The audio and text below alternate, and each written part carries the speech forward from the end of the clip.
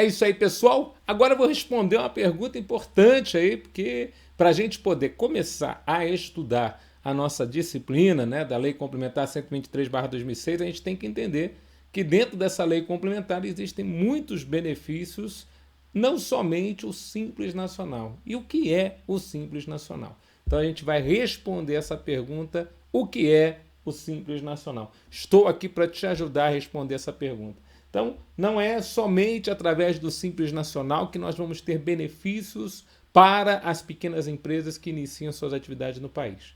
Então, microempresas, empresas de pequeno porte, dentro do Simples Nacional, vão pagar de forma unificada e favorecida vários tributos, seja da esfera federal, 2 impostos e 2 contribuições, perdão, 2 impostos e 4 contribuições federais, um imposto estadual mais importante, que é o ICMS, e o imposto municipal mais importante, que é o ISS. Então, 8 tributos no total, 2 impostos federais, 4 contribuições federais, um imposto estadual, um imposto municipal, poderão ser cobrados através do Simples Nacional. Basta que a microempresa ou a empresa de pequeno porte venha fazer a sua opção.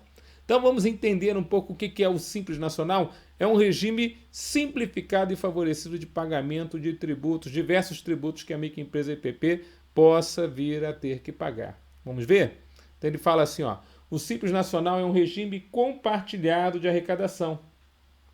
Regime compartilhado também de cobrança e de fiscalização de tributos. Ó, vou falar para você, cada frase é uma enxadada e cada enxadada uma minhoca. Quando você fala que existe um compartilhamento de fiscalização, significa que um fiscal estadual do estado que você quer, a princípio, passar no concurso, poderá fiscalizar o Simples e, a princípio, cobrar tributos, porque, a princípio, você vai ver que a sistemática do Simples Nacional é a tributação sobre a receita bruta no mês, poderá cobrar tributos que não são da sua competência. Então, quando você lavrar um auto de infração por falta de pagamento de ICMS por uma microempresa, provavelmente você está deixando de pagar imposto de renda pessoa jurídica, contribuição patronal previdenciária, contribuição social sobre o lucro líquido. Então, outros tributos que não são do Estado, por exemplo, o fiscal estadual vai estar ajudando a cobrar. Então, existe um compartilhamento através do Simples Nacional também da fiscalização.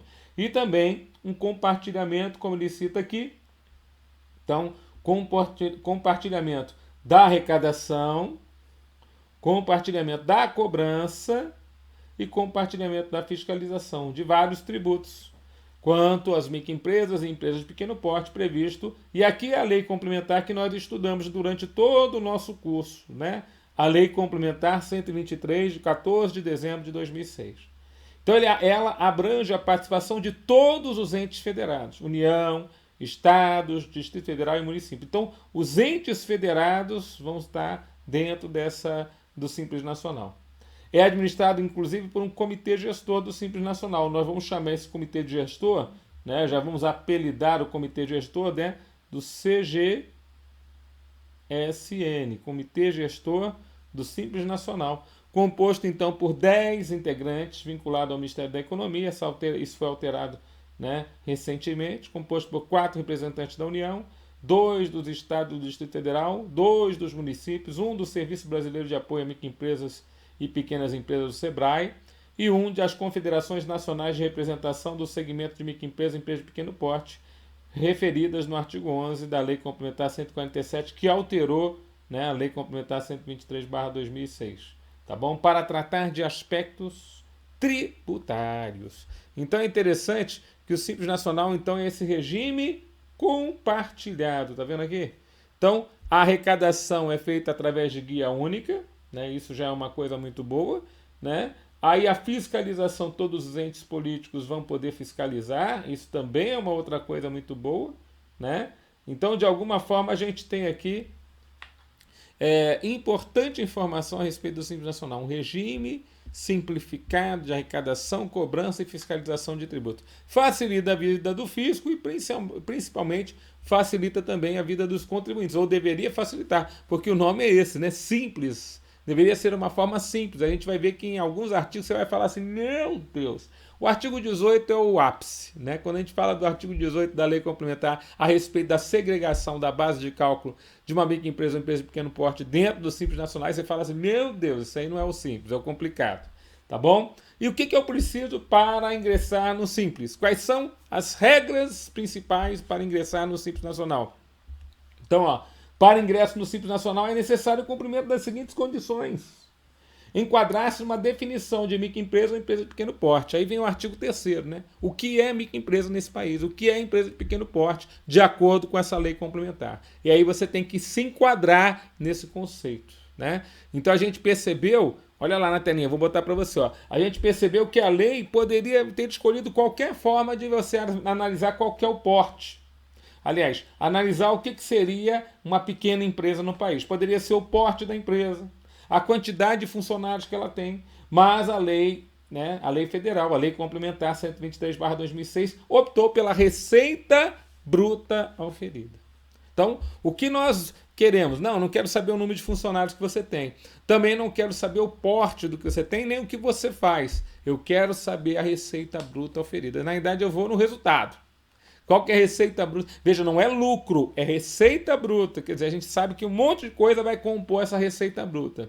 Então, a receita bruta oferida vai ser analisada para fins de você entender quem é a microempresa, que é de 0 a 360 mil de receita bruta anual, e quem é a empresa de pequeno porte, que é de 360.001 a 4.800.000 de receita bruta anual. Então, na verdade, esse é o critério. E isso fez toda a diferença. Por quê? Porque antes nós temos o Simples Nacional, nós tínhamos o Super Simples, não, nós tínhamos o Simples Federal, né? E o Simples Federal, que era uma lei 9137/96, ela a princípio determinava que microempresa só poderia ser comerciante, microempresa a princípio teria que cumprir vários requisitos para poder ser microempresa, e isso tudo a princípio gerava um monte de atividades. Isso sem contar os outros simples que existiam, quer dizer, os estados tinham seus simples, simples gaúcho, simples mineiro, simples paulista, simples carioca, né? Simples candango, e aí os municípios tinham seus simples, e tudo isso deixou de existir com a existência do que nós chamamos o Simples Nacional, também conhecido na época como Super Simples, porque ele a princípio unificou todas as regras na lei complementar propriamente dita, tá bom? Quais são os outros requisitos para ser do Simples Nacional? Cumprir requisitos previstos na própria legislação e formalizar a opção. Guarda isso aqui. Formalizar a opção acaba se tornando importante porque não é obrigatório microempresa ou EPP serem do Simples Nacional. Eu quero colocar isso para você. Na verdade, é uma opção. A microempresa ou empresa de pequeno porte pode optar por ser do Simples Nacional ou não. Ela é que vai dizer, eu quero ser do Simples ou eu não quero ser do Simples Nacional. Então, essa opção é feita em janeiro de cada exercício, até o último dia útil de janeiro. E, a princípio, quando ela faz a opção, ela é irretratável para o ano inteiro. Quer dizer, então, se não for o caso dela iniciar a atividade naquele ano, então se ela iniciar em novembro, ela pode pedir para ser Simples Nacional em novembro. Mas se ela, a princípio, de alguma forma, iniciou já num período anterior e quer virar microempresa EPP, aí ela tem janeiro para poder fazer essa opção. A gente vai ver sobre a opção também aqui na nossa lei complementar, só estou adiantando para você e eu quero resumir o final dessa aula com esse importante resumo. O que é necessário para ser microempresa EPP? Para entrar dentro do Simples Nacional. Primeiro, cumprir requisitos que a própria legislação prevê. Qual que é o requisito principal? Receita bruta anual. Está dentro dos parâmetros? Então você pode ser simples. Não está nos parâmetros? Não pode ser simples. Quando ele fala cumprir a legislação, você vai ver que tem gente que não pode ser Simples Nacional. Está lá no artigo 17 da lei complementar. E tem outras pessoas que não podem nem usar nenhum dos benefícios da lei geral, que é a lei complementar 123/2006. Essa lei geral tem vários benefícios, o artigo 1º da lei complementar, a gente vai ver sobre isso.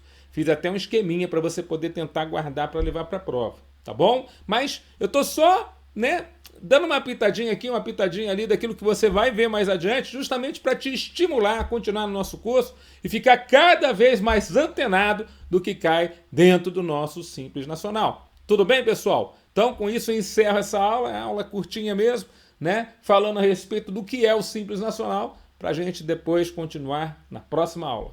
Fiquem com Deus, bons estudos e até a próxima!